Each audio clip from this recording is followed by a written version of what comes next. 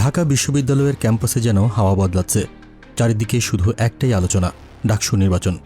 ক্লাসরুমের বেঞ্চ, টুকটাক চায়ের আড্ডা কিংবা রিকশার ঝনঝন, সবখানেই বাজছে এই একটাই প্রশ্ন: কে জিতবে ডাকসুতে? এবারের নির্বাচনে ছাত্র সংগঠনগুলোর উত্তেজনা নতুন মাত্রা পেয়েছে।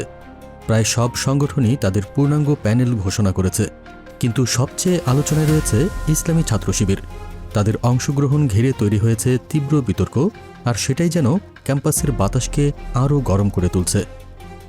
সম্প্রতি online activist doctor Pinaki Bhattacharya ফেসবুকে দাবি করেছেন, এই নির্বাচনে শিবির শুধু অংশ নেবে না, ভিপি ও জিএস সহ বেশিরভাগ কেন্দ্রীয় পদে জয়ীও হবে। তার ভাষায়, যদি নির্বাচন সুষ্ঠু হয় তবে ফলাফল হবে ফেনোমেনাল, যা বাংলাদেশের রাজনীতিতে এক নতুন অধ্যায়ের সূচনা করবে। তবে একই সঙ্গে তিনি শঙ্কাও প্রকাশ করেছেন। তার মতে, বামপন্থীরা শেষ মুহূর্তে বয়কট করতে পারে অথবা হঠাৎ কোনো অঘটন ঘটিয়ে ভোট স্থগিতও হতে পারে। একই পোস্টে তিনি লিখেছেন, যদি ইসলামপন্থী কোনো ছাত্র সংগঠন ন্যায্যভাবে বিজয়ী হয় তবে সেটা প্রগতিশীলদের জন্য হবে সবচেয়ে বড় দুঃস্বপ্ন। এমন পূর্বাভাস স্বাভাবিকভাবেই ক্যাম্পাসে আলোচনার ঝড় তুলেছে।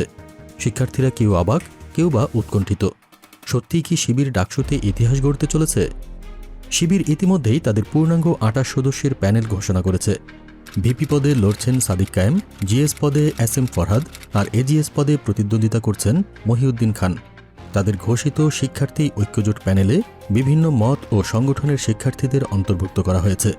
এই যেন ক্যাম্পাস জয়ের জন্য এক বিস্তৃত কৌশলগত পদক্ষেপ। শুধু শিবির নয়, ছাত্রদলও তাদের পূর্ণাঙ্গ প্যানেল প্রকাশ করেছে। তাদের ভিপি পদে আবিদুল ইসলাম খান, জিএস পদে তানভীর বারী হামিম, আর এজিএস পদে তানভীর আল হাদি মায়েদ লড়বেন। এছাড়াও গণতান্ত্রিক ছাত্র সংসদ, ছাত্র অধিকার পরিষদ, ইসলামী ছাত্র আন্দোলন ও বাম ঐক্যজোট সহ আরও অনেক সংগঠন নির্বাচনে অংশ নিচ্ছে। হল সংশোধন নিয়েও চলছে দৌড়ঝাঁপ। ২৮টি কেন্দ্রীয় পদের জন্য জমা পড়েছে শত শত মনোনয়ন। চকচক করা পোস্টার, ব্যানার, স্লোগানের ভিড়ে পুরো ক্যাম্পাস যেন নির্বাচনী উন্মাদনে ডুবে গেছে। সবচেয়ে বড় প্রশ্ন, এই নির্বাচন কি শুধু ক্যাম্পাস রাজনীতির মধ্যে সীমাবদ্ধ থাকবে, নাকি এর প্রতিধ্বনি পৌঁছে যাবে জাতীয় রাজনীতিতেও? রাজনৈতিক বিশ্লেষকরা মনে করছেন, সেপ্টেম্বরের ভোট শুধু ডাকসুর ভাগ্যই করবে না, বরং বাংলাদেশের ভবিষ্যৎ রাজনীতির দিক নির্দেশনাও নির্ধারণ করতে পারে। আর যদি পিনাকির প্রেডিকশন সত্যি হয়, তবে তা হবে জাতীয় রাজনীতির এক টার্নিং পয়েন্ট। ঢাকা বিশ্ববিদ্যালয়ের প্রাচীন আঙিনা এখন এক বিশাল মঞ্চে রূপ নিয়েছে, যেখানে প্রতিটি স্লোগান, প্রতিটি ভোট আর প্রতিটি সিদ্ধান্ত হয়তো লিখে দেবে নতুন ইতিহাস।